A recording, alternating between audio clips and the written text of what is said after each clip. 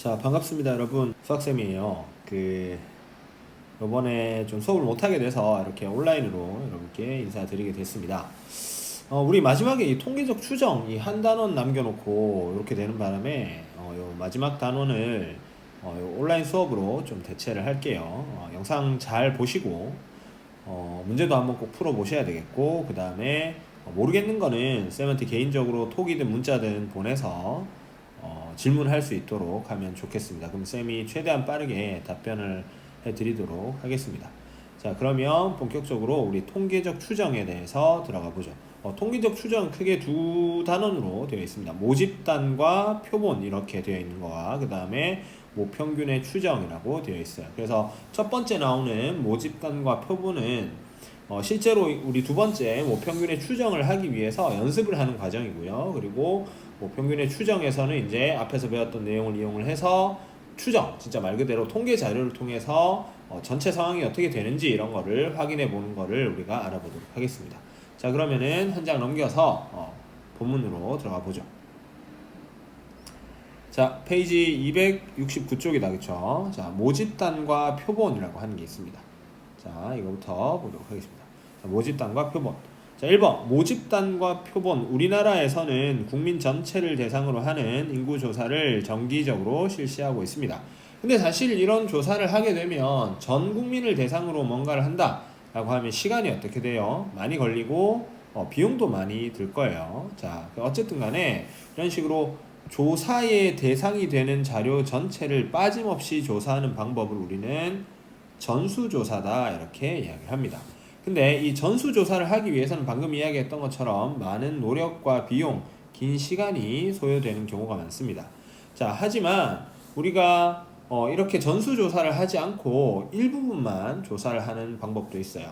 자, 그 밑에 보시면 한편 공장에서 생산되는 전구의 수명조사와 같은 조사 대상이 제품인 경우에는 이거를 그러면은 다 우리 수명을 재려고 모든 생산되는 제품을 싹 다 테스트를 해버리면 어떻게 돼요? 팔 게 하나도 없잖아요. 그래서 그 중에 일부분을 추출을 해가지고 걔네를 가지고 조사를 하는 게 있어요.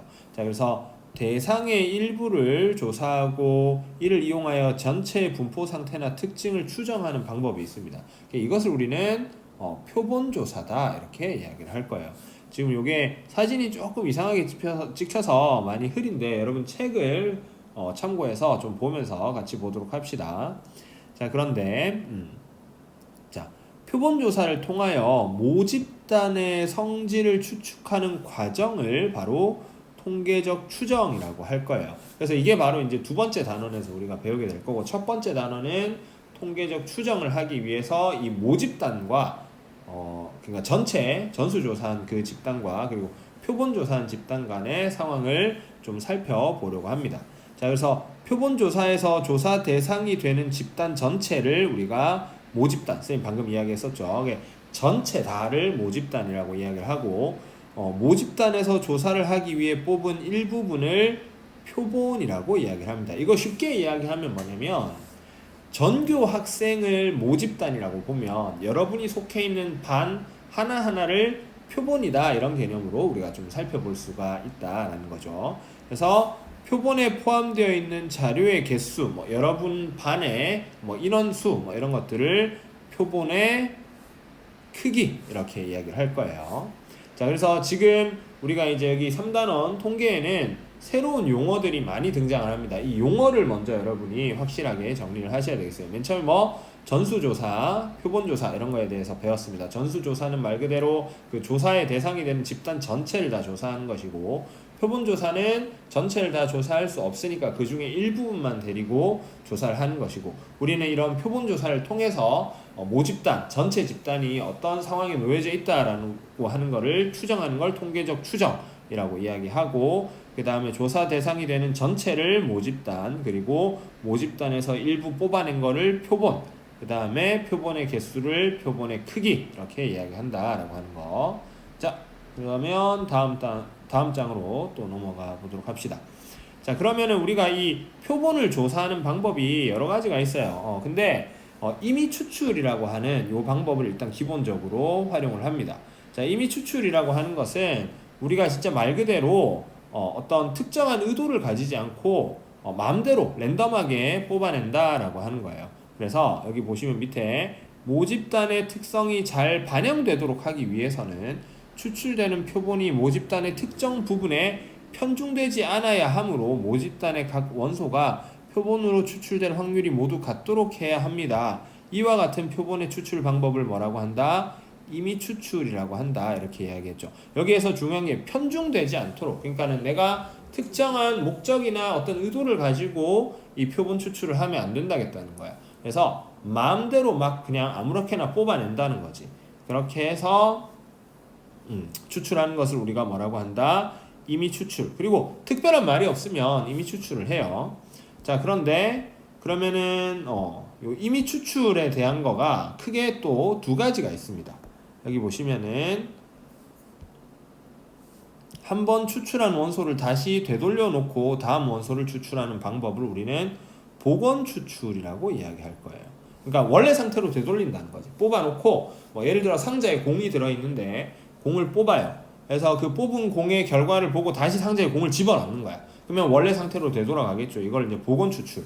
그 다음에 한번 추출한 원소를 되돌려 놓지 않고 다음 원소를 추출하는 방법을 비복원 추출이라고 이야기를 합니다. 그래서 이거는 공을 하나 살펴보고 그 공을 다시 집어넣지 않는 거야.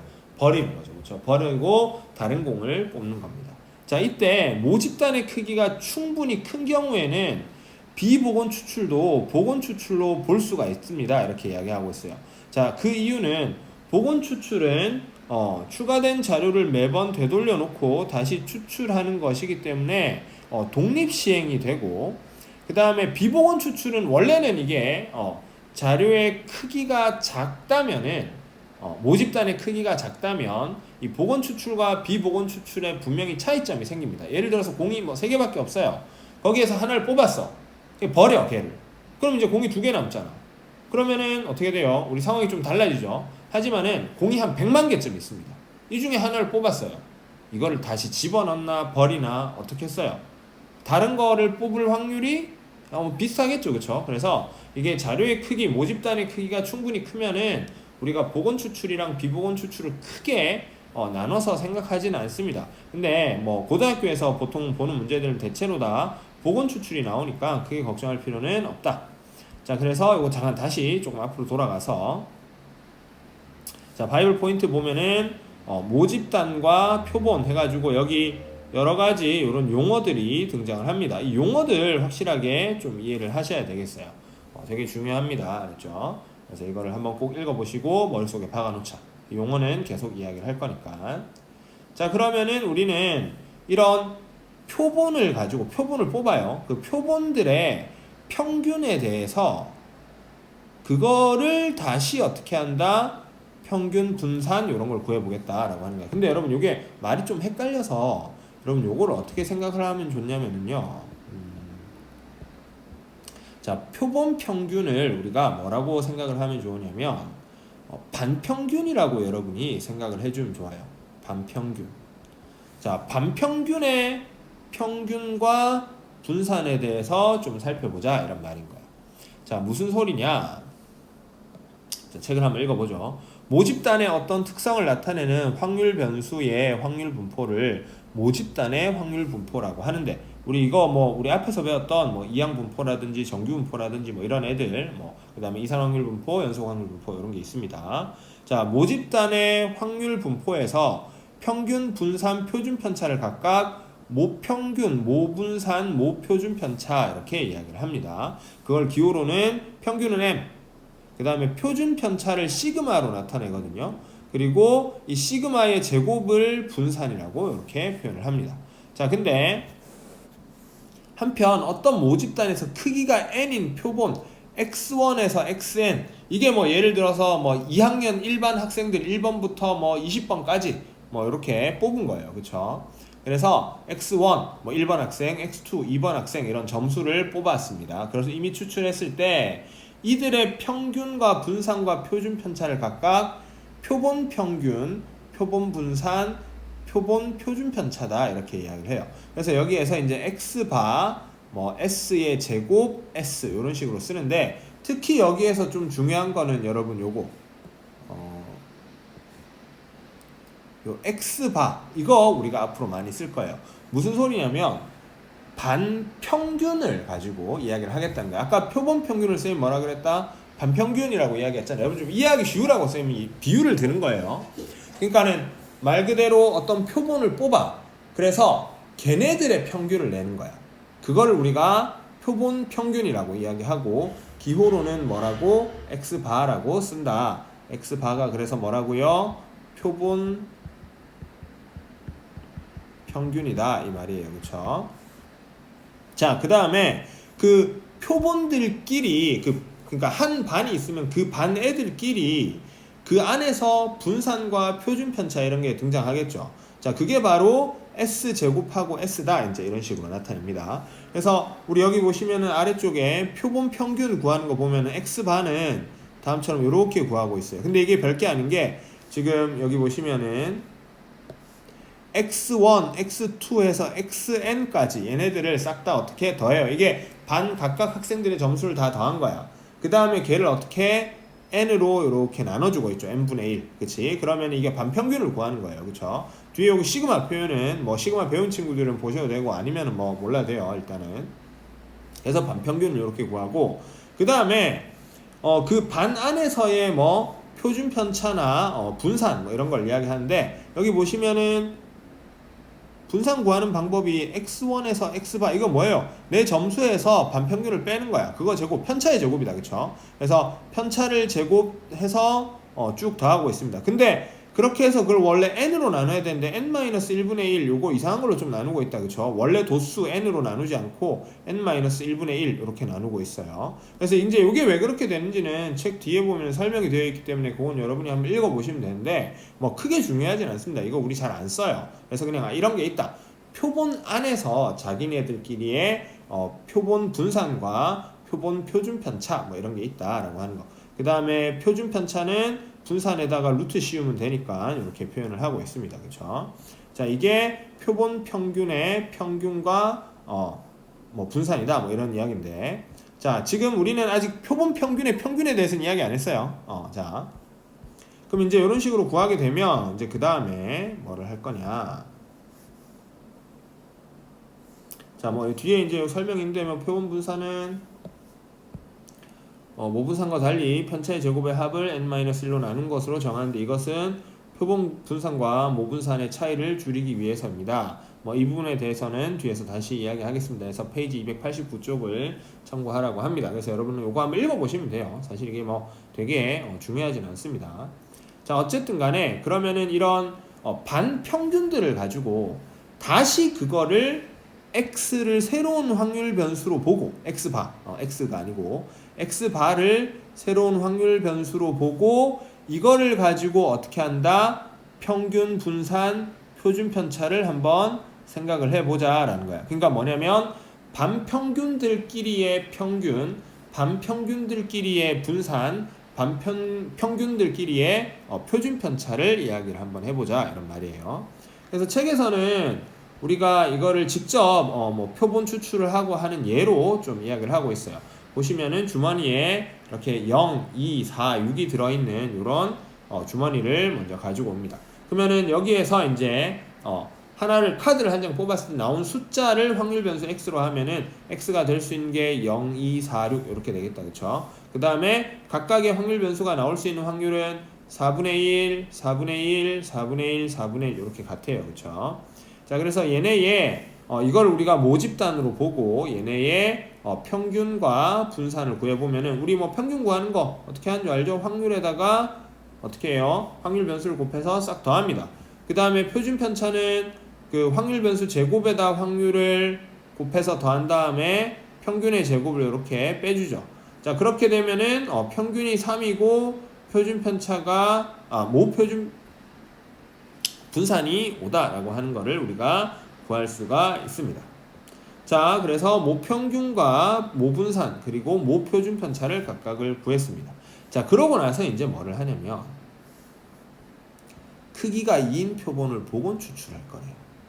그래서 처음에 꺼낸 카드를 x1, 두 번째 꺼낸 카드를 x2라고 하면은 x반은 x1이랑 x2를 더해서 2로 나눈 게 이게 평균이 되겠죠.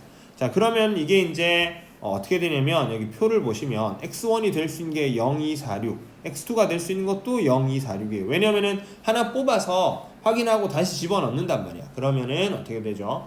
그대로 복원 추출이 된다. 원래 상황이 그대로 유지가 되죠. 자, 그럼 0, 0이 뽑히면 그때 평균은 0이고요. 그 다음 0, 2가 뽑히면 1이고 뭐 이런 식으로 해서 평균을 다 일일이 이렇게 계산을 해놨어요. 지금. 그죠? 그래서 평균이 최대 6까지 이렇게 나올 수가 있겠네요. 자, 그럼 이거를 표로 다시 그려봤어요.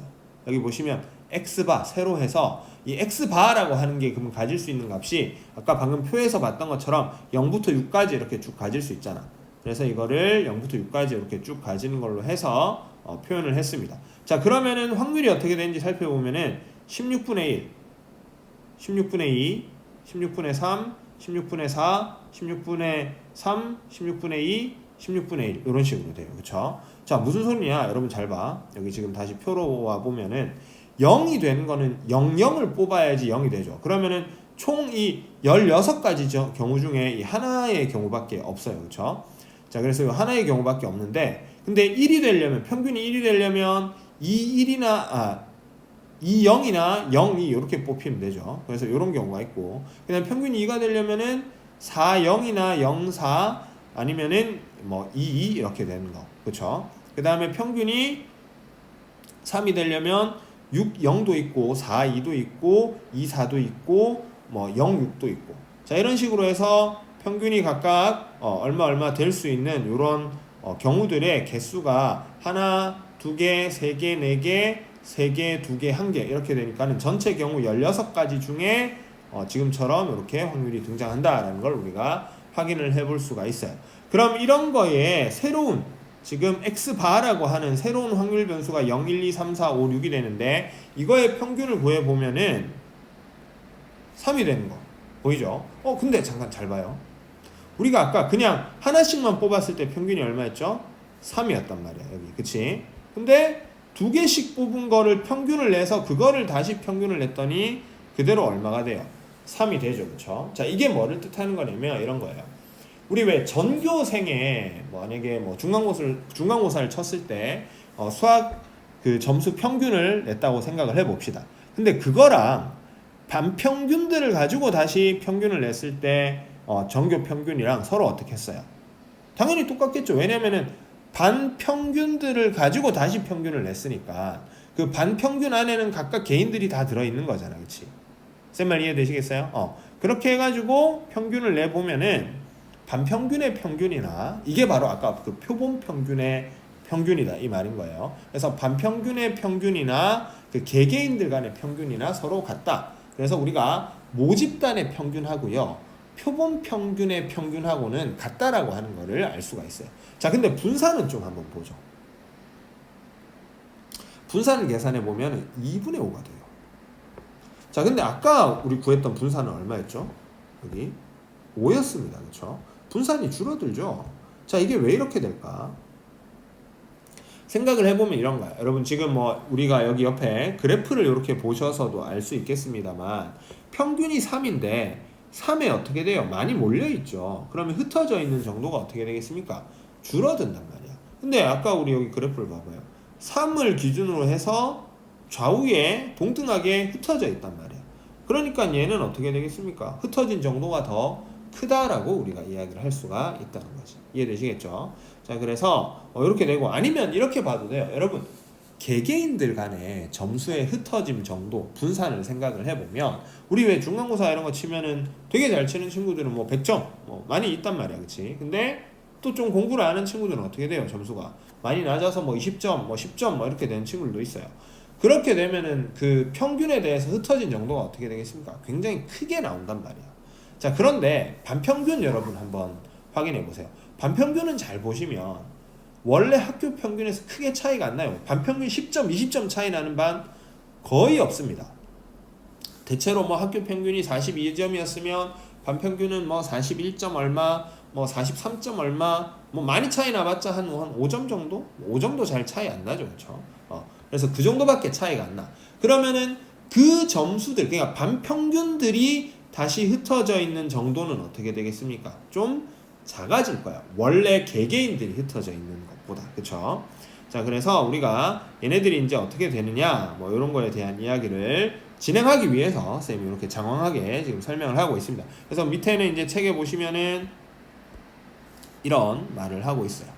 그런데 이 공식을 우리 잠깐 뒤로 좀 가서 다시 보도록 하겠습니다.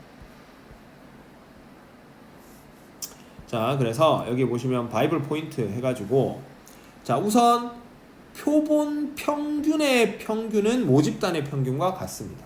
자, 표본 평균, 반평균의 분산은 n분의 시그마 제곱 이렇게 돼요. 표본의 크기분의 원래 모집단의 분산 이렇게 계산해 주시면 되겠다라고 하는 거예요. 그러니까 모집단의 분산이 줄어든다는 거예요. 표본이 커지면 커질수록.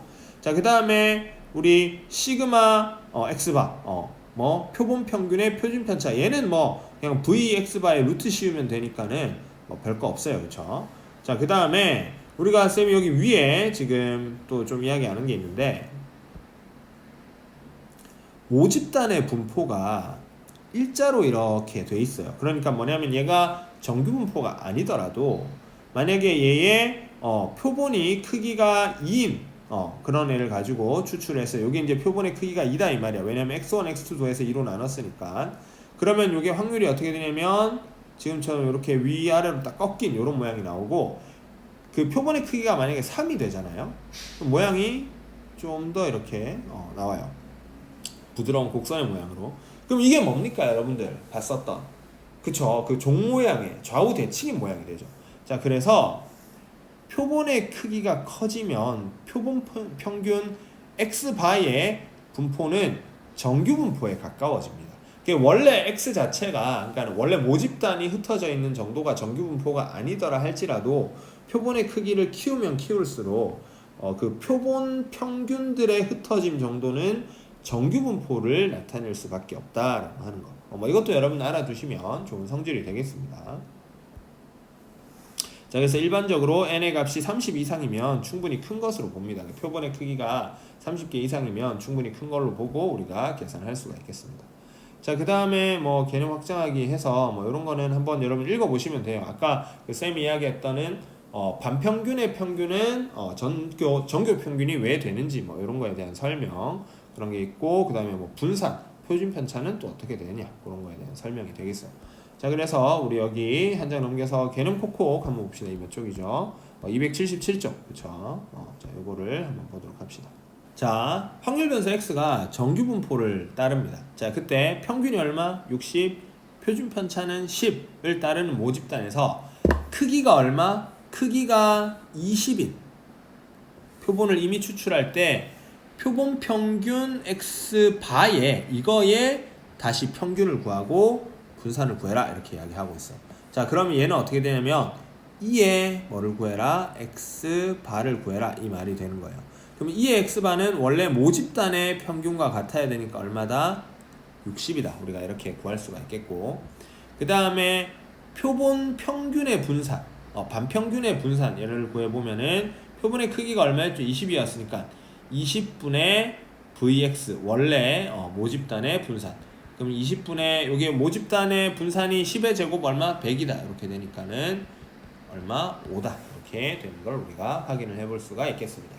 별로 그렇게 어려운 건 아니죠, 그렇죠? 그래서 여기에서도 뭐냐면 이 공식을 확실히 여러분이 일단은 외워야 돼요. 근데 이 공식이 있잖아, 계속 새로운 게 나오는 것 같지만은 기본 모양은 우리 앞에서 배웠던 거예요. 그걸 가지고 그냥 약간씩 조금씩 더 변형을 주는 것 뿐이기 때문에 쌤이 그래서 앞에 내용들 여러분 뭐 어디서부터 사실 뭐 이항 분포 뭐 그 또 그 더 전에 뭡니까 이항 정리 뭐 한 이 정도부터 해가지고 차분히 다시 복습을 해서 쭉 흐름을 흘러서 여기까지 오면은 사실 크게 볼 건 없어요. 알겠죠? 그래서 일단은 요거 방금 했던 거 EX바 표본 평균의 평균은 모집단의 평균과 같다. VX바 표본 평균의 분산은 n분의 VX 표본의 크기분의 원래 모집단의 분산이다. 이제 이런 식으로 계산할 수 있다라는 거. 알겠지? 자, 그 다음에 두 번째 표준 정규분포입니다. 자, 표준 정규분포라고 하는 거는 확률 변수 x가 다시 평균 얼마? 30. 그죠? 그 다음에 표준 편차가 4. 그래서 그거의 제곱 16을 따르는 모집단에서 크기가 얼마? 크기가 4인 표본을 복원 추출하고 있습니다. 이때 표본 평균을 x바라고 하자. 이 x바의 제곱. 근데 이거 우리 어디서 많이 봤죠?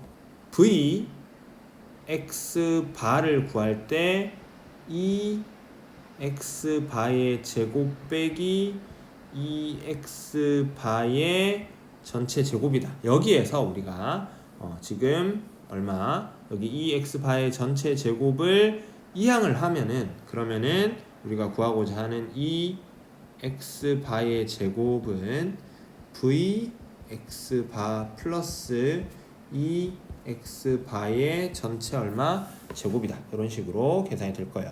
그래서 우리 요건 계산해 보면 vx바는 어떻게 되겠어요? vx바는 표본의 크기 4분의 원래 모집단의 분산 16 이렇게 되겠다. 그치? 거기에 더하기 모집단의 평균이 30이었잖아요. 그러면 30의 제곱 이렇게 되니까는 4 더하기 900 해서 얼마다? 904다. 이렇게 우리가 구할 수 있다라고 하는 거. 그렇죠?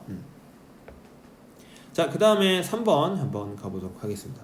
자, 3번을 보시면은 모집단에서 확률 변수 x의 확률 분포를 표로 나타내면 다음과 같습니다. 이 모집단에서 크기가 얼마? 4인 표본을 임의로 복원 추출할 때 이렇게 이야기하고 있습니다. 이때 표본 평균 x바의 평균과 분산을 각각 구하여라 이렇게 돼 있어요. 자, 그러면 우리가 이게 표본의 크기가 4다 그래서 직접 이걸 추출하는 게 아니에요. 앞에서 왜 우리 표본 크기 2인 거 해가지고 막 직접 그림 그리고 했었다, 표 그리고 했었잖아, 그치? 근데 그거는 이제 공식이 어떻게 되는지 보여주기 위해서 여러분한테 이야기를 했었던 거고, 실제로 우리가 이거 표본 크기가 4인 걸 추출하는 게 아니고 공식을 활용을 하면 됩니다. 그러면 우리는 이 x바 이걸 먼저 구해야 되는 얘는 모평균, 그러니까 2x랑 똑같을 거야. 2x는 구해보면 우리 여기 0 곱하기 4분의 1 더하기 1 곱하기 2분의 1 더하기 2 곱하기 또 4분의 1. 그래서 이거 계산해보면 1 이렇게 나와요. 그 다음에 우리가 표본 평균의 분산을 구하고 싶어요. 그럼 얘는 n분의 vx, 요거를 계산하면 되는데, 여기에 이제 모집단의 분산이 어떻게 되냐면 요거 계산을 해보면 돼요. 여러분 이거 충분히 계산할 수 있죠.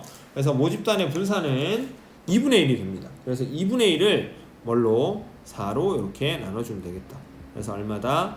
8분의 1이다. 이렇게 되는 거를 우리가 확인을 할 수 있다라고 하는 거. 자, 그리고 4번 또 보도록 하죠. 자, 모평균이 얼마?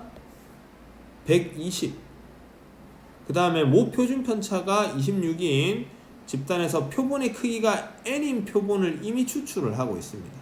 자, 할 때 표본 평균 x바의 표준 편차가 2 이하가 되도록 하는 자연수 n의 최소값을 구하여라 이렇게 되어 있습니다. 자, 그러면은 우리 요거 기호를 한번 써볼게요. 표본 평균 x바의 표준 편차. 그럼 요게 시그마 x바잖아. 그럼 요거는 루트 n분의 모집단의 표준 편차. 근데 얘가 얼마? 2 이하가 돼야 된다. 이렇게 이야기를 하고 있어요. 그렇죠? 자, 그러면 시그마 모 표준 편차가 얼마였죠? 26이었죠. 그래서 요거를 루트 n분의 26보다 작거나 같다 뭐가 2가. 그래서 요거 계산해 주면은 13이 루트 n보다 작거나 같아. 그럼 요거 제곱해 주면 169가 n보다 작거나 같다. 그러므로 자연수 n의 최소값은 얼마다? 169다. 이런 식으로 우리가 구해낼 수가 있겠습니다. 자, 그 다음에 5번 모집단에서 복원 추출로 크기가 5인 표본 2, 4, 6, 6, 11을 추출하였을 때 표본 분산을 구하라 이렇게 이야기하고 있어요. 그러면은 뭐냐면은 이 표본 안에서 얘네가 어떻게 흩어져 있는지를 구하라. 그럼 우선 우리는 x바가 뭔지 구해봐야 되겠습니다. x바는 2랑 4랑 6이랑 6이랑 10이랑 더해서 얘를 표본의 크기가 5라 그랬으니까 5로 이렇게 나눠주면 되겠죠. 그럼 얘는 계산해보면 6 이렇게 나옵니다. 표본 분산, 표본 분산은 s의 제곱이잖아. 그럼 얘는 n분의 1, n이 5였으니까 5 마이너스 1분의 1에 이제 2 마이너스 평균이 6이었죠. 6의 제곱, 거기에 더하기 뭐 또 4 마이너스 6의 제곱 더하기 또 6 마이너스 6의 제곱, 이건 뭐 계산할 필요 없죠. 또 6 마이너스 6의 제곱 계산할 필요 없고 12 마이너스 6의 제곱 이렇게 계산이 되겠어요. 그래서 이제 요거를 계산을 해보면은 얘는 이제 14 이렇게 나온다는 거를 확인을 할 수가 있겠습니다. 근데 지금 구한 요거는 뭐냐면 14에는 뭐냐면 x바, 그러니까 표본 평균의 분산을 의미하는 게 아니라 표본 안에서의 분산을 의미하는 거예요. 알겠죠? 요거 구분 좀 잘 하셔야 됩니다. 자, 이렇게 해가지고 일단 개념 콕콕 기본 문제들 한번 풀어봤습니다. 자, 그러면 예제 1번 한번 보도록 하겠습니다. 자, 한번 보죠. 문제 보시면은 오른쪽 그림과 같이 숫자 1, 3, 5, 7이 각각 적힌 4개의 공이 주머니에 들어있다. 이 주머니에 임의로 크기가 2인 표본을 복원 추출한대요. 그러니까 뭐냐면 공을 하나 뽑아. 그래서 확인을 하고 다시 집어넣고 또 뽑는다는 거야. 그럼 예를 들어서 처음에 1이 나오고 그 다음에 3이 나왔다. 이렇게 되면은 그거를 가지고 평균을 내는 거예요. 그러면은 1과 3의 평균은 2다. 그쵸? 그거를 확률 변수 뭐로 x 바로 두자 이 말인 거예요. 이때 다음 물음에 답하여라 이렇게 되어 있는데 1번 표본 평균 x바의 확률 분포를 표로 나타내어라 이렇게 되어 있죠. 자, 그럼 요거를 표로 이제 나타내야 되는데 표로 나타내기 전에 책에서 조금 도움을 주고 있어요. 그래서 우리 요거 표를 잠깐 보시면은 이제 첫 번째 뽑힌 숫자와 두 번째 뽑힌 숫자가 각각 얼마였을 때 그거의 평균을 1, 2, 3, 4, 5, 6, 7 이런 식으로 설명을 하고 있습니다. 자, 그래서 우리가 이걸 가지고 얘를 가지고 표를 좀 만들어 보면은 확률 변수 x바가 될 수 있는 값이 1도 가능하고 그 다음에 2도 가능하고 3도 가능, 4도 가능, 5, 6, 7까지 이렇게 가능하다는 거죠. 자, 그때 확률을 생각을 해보면 1이 되려면 1, 1 이렇게 나와야 되니까는 16분의 1이다. 그 다음에 2가 되려면은 1, 3, 3, 1 그래서 16분의 2다. 그래서 이런 식으로 16분의 3, 16분의 4, 다시 또 16분의 3, 16분의 2, 16분의 1. 자, 이렇게 되면은 확률의 총합은 당연히 1이 딱 되게 되겠습니다. 그쵸? 자, 이게 1번 문제의 이야기가 되겠고 풀이가 되겠고, 그 다음에 두 번째 1의 표를 이용하여 표본 평균 x바의 평균과 분산을 각각 구하여라. 그럼 표를 이용을 해서 요거 평균을 구해보면 이 x바는 2번이죠. 이 x바는 실제로 요거 여러분 계산해보면 얼마 나오냐면은 4가 나오는 걸 확인을 할 수가 있고, 그 다음에 v의 x바는 요것도 계산해보면 2분의 5 이렇게 나와요. 근데 요게 원래 거의 분산이 5거든요. 여러분 계산해보면 되겠습니다. 원래 분산이 5가 되는데 그거를 표본의 크기인 2로 나눠서 다음처럼 이렇게 나타난다 라고 하는 거를 우리가 확인을 할 수가 있겠습니다. 알겠죠? 그래서 이거는 직접 한번 우리가 표본의 크기가 얼마일 때 진짜 그런 공식대로 나타나는지 확인해 봐라 이런 문제가 되겠습니다. 그래서 이거는 계산해보는 문제가 됐고, 자, 그 다음에 이제 2번. 자, 어느 제과점에서 만드는 빵 한 개의 무게는 평균이 120g, 표준 편차가 24인 정규분포를 따른대요. 그러면은 이 빵의 무게를 확률 변수 x라고 하면은 얘는 정규분포를 따르는데 평균이 얼마? 120, 표준 편차가 24. 그럼 24의 제곱 이렇게 써야 되겠다. 그렇죠? 자, 이 중에서 36개의 빵을 이미 추출했다. 이 표본의 크기가 얼마다? 36이다를 이렇게 이야기를 하고 있는 거예요. 그럼 이 빵의 무게의 표본 평균이 112g 이하일 확률을 오른쪽 정규분포표를 이용하여 구하여라. 그러면은 우리 보고 구하라고 하는 게 이제 뭐가 되냐면 P의 X바가 얼마? 112 이하일 확률을 구하라 이 말이야. 근데 우리 이렇게 되어 있으면 얘를 뭘로? Z로 바꿔야 되겠죠. 표준화를 시켜야 된단 말이야. 그치? 그럼 표준화 시키는 방법은 역시 똑같습니다. 자, 어떻게 구하냐면은 이렇게 구하면 되겠어요. 자, 쌤 다시 X바가 112 이하일 확률.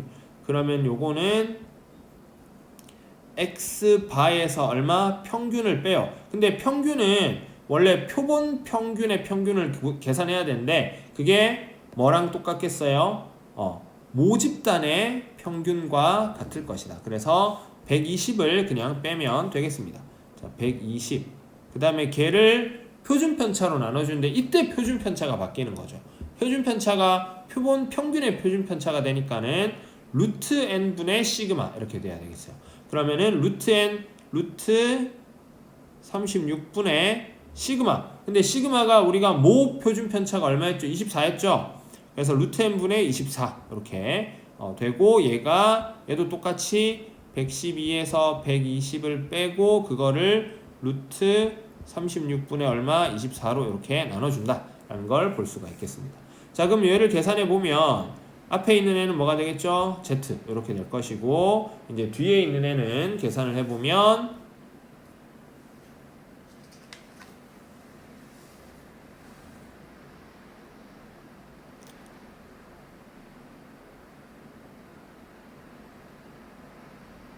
마이너스 2가 되는 걸 우리가 확인을 할 수가 있겠습니다. 자, 그래서 이게 어떻게 되느냐? P의 확률 변수 Z가 마이너스 2보다 작거나 같은 확률은 확률 변수 Z가 얼마? 2보다 크거나 같은 확률과 같아요. 이거 왜? 자, 이것도 그래프 그려보면 되죠. 우리 이거 많이 봤어요. 어떻게? 평균을 0으로 잡고 이게 Z가 표준화를 한 거잖아요. 그쵸? 자, 이렇게 그려집니다. 자, 그렇게 됐을 때 얼마? 마이너스 2라고 하는 거는 여기 이쯤 있을 거야. 그럼 마이너스 2보다 작거나 같은 확률이 요만큼이란 말이에요. 그쵸? 근데 이거는 생각을 해보면은 좌우 대칭이니까 2보다 크거나 같은 확률이다. 이렇게 되겠죠. 자, 그러면 얘는 0.5에서 확률 변수 Z가 0부터 어디까지? 2까지의 확률을 빼주면 되겠어요. 그럼 이게 0.5 빼기 확률 변수가 2까지의 확률을 보시면은 0.4772 이렇게 이야기하고 있다. 그쵸? 그래서 0.4772를 이렇게 빼준다. 그럼 얘가 0.0228이다. 이렇게 계산이 된다는 거야. 알겠죠? 그래서 뭐냐면 다른 게 아니고 확률 변수 x바의 새로운 평균, 분산, 표준 편차를 우리가 생각을 해보고 그걸 가지고 표준화를 하라 이 말이야. 근데 평균은 모평균이랑 같으니까 크게 어렵게 생각할 거 없고 뭐만 달라진다? 이 표준 편차만 좀 달라진다라고 하는 거. 요거를 표준 편차가 뭐였다? 루트 n분의 시그마 이렇게 달라진다. 이거를 잘 기억을 해 두셔야 되겠습니다. 알겠죠? 그게 이제 2번이 이야기하는 거예요. 자, 그러면 예제 3번 한번 보도록 하죠. 자, 예제 3번에 보면 훈인의 베이커리에서 만드는 단팥빵 한 개의 무게는 평균이 400g, 표준 편차가 50g인 정규분포를 따른다고 한다. 이 가게에서 만든 단팥빵 중에서 크기가 n인 표본을 이미 추출했을 때 표본 평균을 x바라고 하자. 자, 이때 x바가 얼마?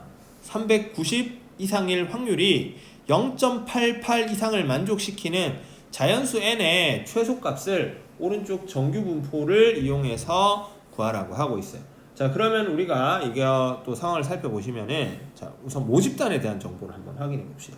모집단은 빵의 무게가 확률 변수가 될 텐데 얘는 정규분포를 따르고 평균이 얼마? 400, 표준 편차가 50. 그래서 50의 제곱 분산 이렇게 쓰죠. 자, 이런 애가 됐는데 근데 표본의 크기가 n, 표본의 크기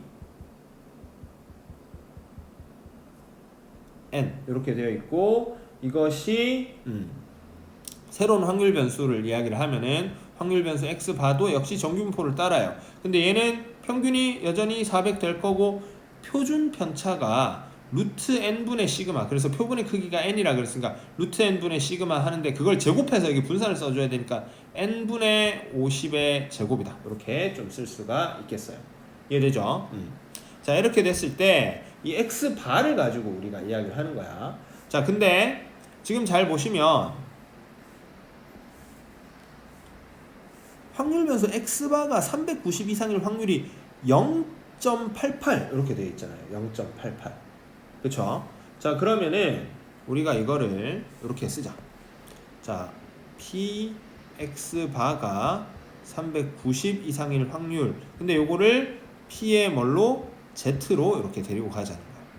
그러면은 390에서 우리가 어떻게 400을 빼고 있을 거고 요거를 루트 n분의 50으로 이렇게 나누었다라는 거지.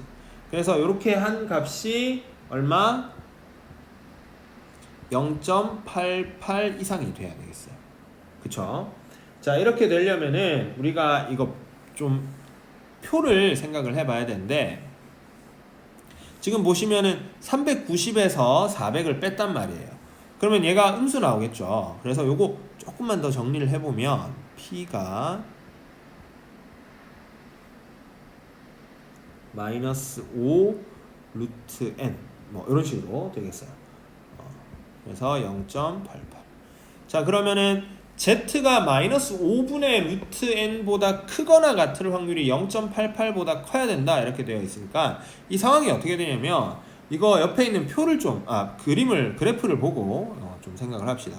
자, 요런 그래프를 좀 생각을 해봐야 돼요. 우리가 이게 이제 Z, 그쵸? Z의 어떤 정규분포 곡선이 되는데, 자, 그러면은 마이너스 1.2보다 큰 확률을 우리가 생각을 해보면, 마이너스 1.2보다 큰 요 확률을 생각을 해보면, 요게 0.5 더하기 0.38 이렇게 돼가지고 0.88이 돼요.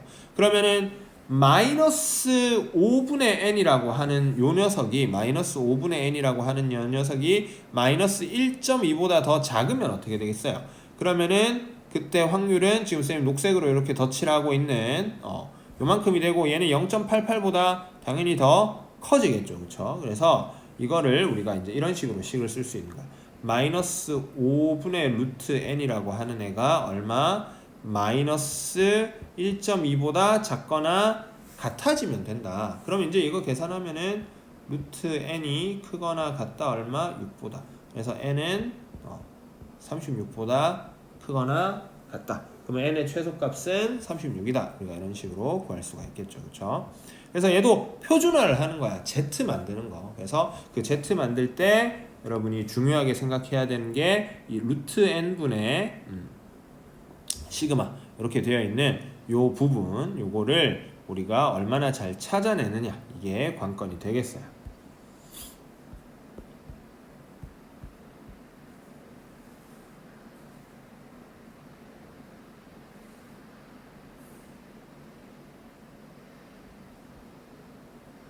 자, 이렇게 해가지고 일단은 기본적인 문제 3개를 한번 풀어봤습니다. 좀 이게 강의가 길어지니까 이제 뒤에 또 한 편 더 만들어서 같이 보도록 하겠습니다.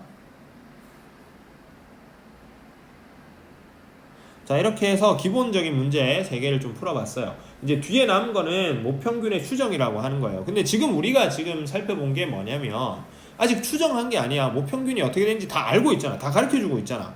그래놓고 표본을 뽑았을 때 얘네가 어떤 식으로 움직이는지 어떤 상황을 가지는지 이런 걸 이제 살펴봤다면 이제 뒤에는 진짜로 표본을 가지고 그걸로 모집단의 상황이 어떻게 되는지를 우리가 추측해 보는 거 이런 거에 대해서 살펴볼 거예요. 자, 지금까지 한 거 꼭 문제 풀어보시고 단권화에 있는 문제도 한번 꼭 다 풀어보시고요. 그리고 모르겠는 거는 쌤한테 개인적으로 톡이나 뭐 문자를 통해서 질문을 하셔도 되겠습니다. 알겠죠? 그럼 최대한 빠르게 답변해 드릴게요.